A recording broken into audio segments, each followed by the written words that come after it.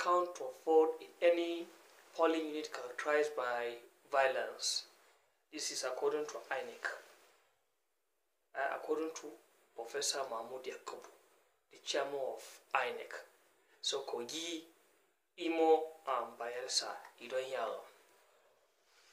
Now few hours to the kick-off or kick-start of the elections in those three states, in what INEC call off-cycle or off-season election. So Emefele breathes air of freedom after 151 years in after 151 days in detention. A slip of tongue, you understand.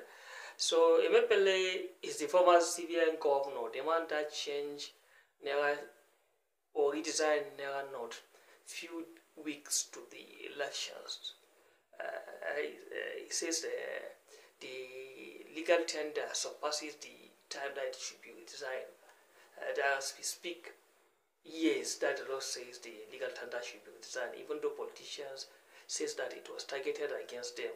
But anyhow, the election has come and gone, and a lot of people suffered, a lot of people lost. So it was very difficult for Nigerians at that time to access money because of, some were saying, because of few individuals.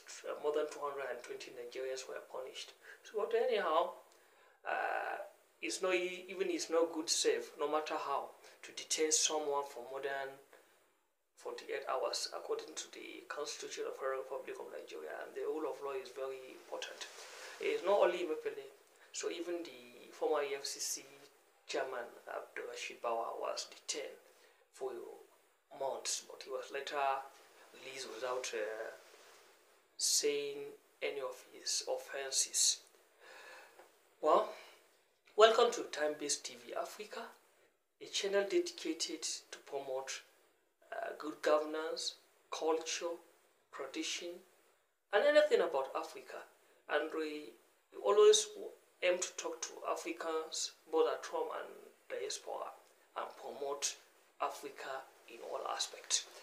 So today we are going to talk about two important issues in Nigeria, the most populous country in Africa, and the most populous black nation in the world. Yes, populous. Yes, 250 million, more than. And by 2050, it's projected that we are going to be more than 400 million. Yes, maybe we are going to be the third in the world or second in terms of population. So now the most trending or the most pressing issue before us is elections, off-cycle elections in three states of Kogi, Imo and Bayelsa. So I want to use this opportunity to talk to the governors, incumbent governors of this state, straight. Yes, all of you. I have to tell you, Bello is now outgoing, but he's trying to see his successor, the man that he planted, Ahmed Odudu, from his party, win the election by all means. Even there is support of so many crises. One of the candidates of SDP, Murtala Ajaka, complains that there was assassination attempts against him for almost 30 times, which is very strong allegation. It's very wrong. And in that state, there are three strong contenders. Let's talk of Odudu, of William Party, APC, Dino Malaye, or PDP. The Dino Malaye, the energetic politician, and the Murtala Ajaka of SDP. Yes, the man too is strong. So Kogi politics is very hot. So Yaya Bello, you have to remember that not only Yaya Bello, all of the three governors that the election is going to take place in their state, they are all product of destiny. Destiny. Why did I say so? Yaya Bello safe initially was the North candidate of APC at that time. He contested, he aspired for the position, but he was the distant second during the primary election of APC in 2019. Was it 1915? Yes. Prince Audu won the primary election, even though the election was off-cycle too. But in the process of election, Prince Audu was announced death. May his soul rest in peace. And Yahya Bello was picked as the second runner-up of the primary election of the APC. He was picked, and he continued, and the election was announced that APC won the election. Yahya Bello was the governor. That's why I say he's a product of luck and destiny. Go to Imo. Yes, initially in Imo State, there was 3 parties that contested at that time: PDP, APC, and AA, if I can remember. Yes, AA. At that time, the APC governor of that Imo State, Roches Okorocha, was not in good time with the national leadership of his party. So he sponsored candidate under another platform. Yes. And Emeka Ihedioha, former deputy speaker, was the candidate of PDP, and he won the election. The AA was the second, while the PDP was AA was the second. PDP won the election, AA was the second, then APC was the third. But after a year, the Supreme Court sacked Ihedioha and Ozudinma, Hope Ozudinma, emergency governor. Is it not a luck? Is it not a destiny? Somebody that is not even the second, the third position, the third runner-up, the emergency governor. It's a luck and destiny. And the same thing in Bayelsa State. Diri was not the one that won the election initially.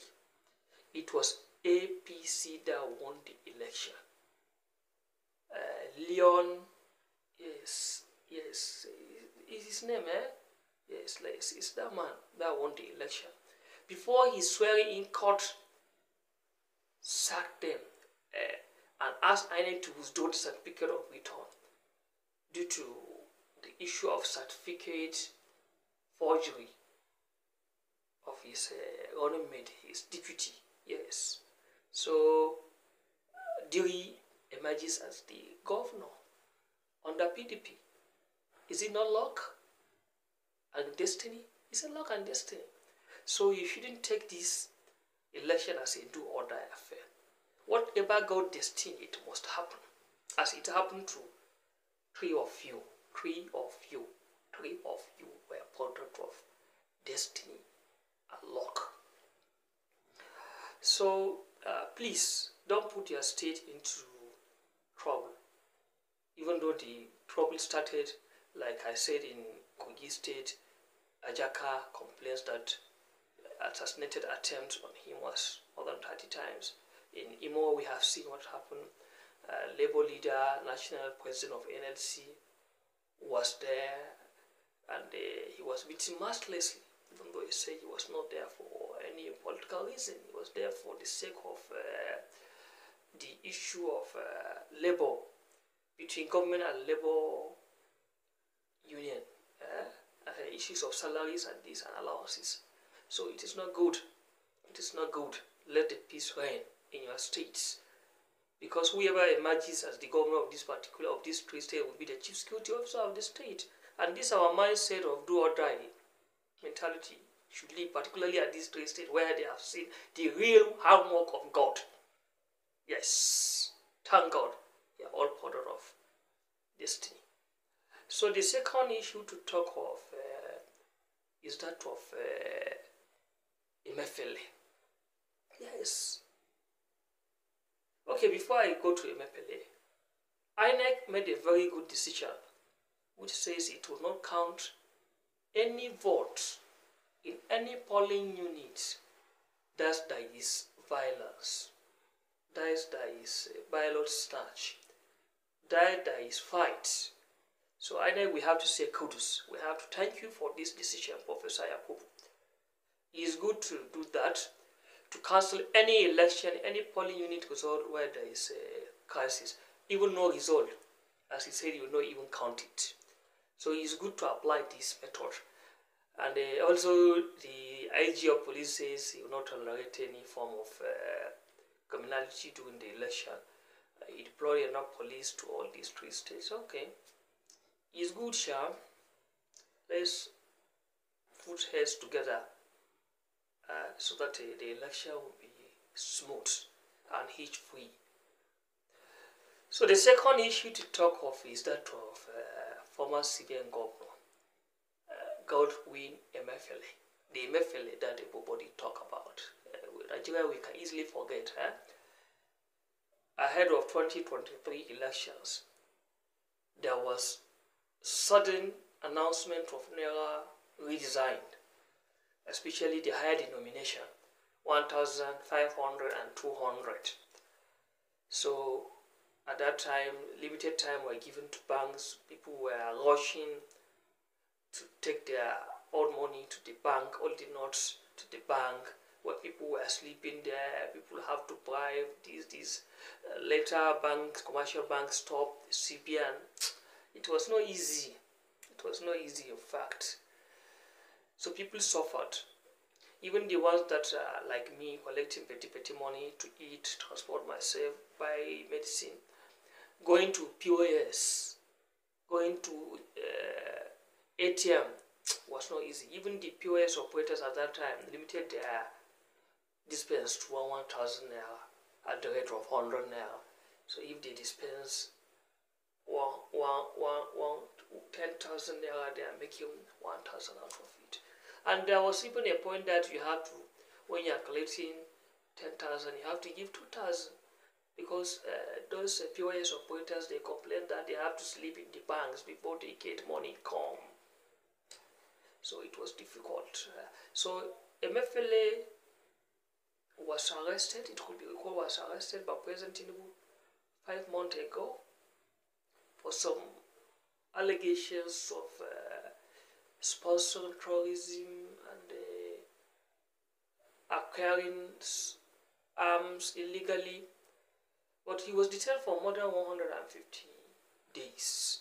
Yes, which is against the law. The law says that no suspect should be detained for more than 48 hours, and it can only be extended by court for police and other investigative agencies to have enough time to do investigation. So Emefele yesterday was put on bail by the Federal High Court, by FCT Federal High Court, under Justice Olukoyede. Yes, it's Justice Olukoyede, on conditions that he keeps all his traveling documents, including his passport, with the court registrar, and his lawyer will produce him on 15th of this November. Yes, 15th of this November. These are the conditions for his bail. So thank God. And still, Nigeria need to have some answers. Nearly the same time that Emefele was arrested with the Abdurrashid Bawa, former EFCC boss. Yes, Bawa was arrested and he was detained for months. And later he was released. And nobody heard about Bawa's crime. Yes, Bawa's crime. So it's good for government, especially democratic government, to stick to the rule of law. To stick to the rule of law. Even you, the security agencies, please. One day, you too, you can be victim of this thing you are doing. You can find yourself in one trouble or the other. You can be arrested without being taken to court. Will you feel happy? Will you feel good? We have seen how things happen in Nigeria. Bawa was part of you. Yes. Yes. So now Emefele is out. So we have to, there are a lot of dramas in Nigeria. So let's pray and hope Imo, Bayelsa and Enugu elections are okay, not Enugu, Imo. Sorry. Kogi, Bayelsa and Imo election will be a hate-free one, and a good candidate will emerge to be the governors of these states, so that the state will be developed. Thank you very much. Don't forget to subscribe, like and share Time Based TV Africa. Bye for now.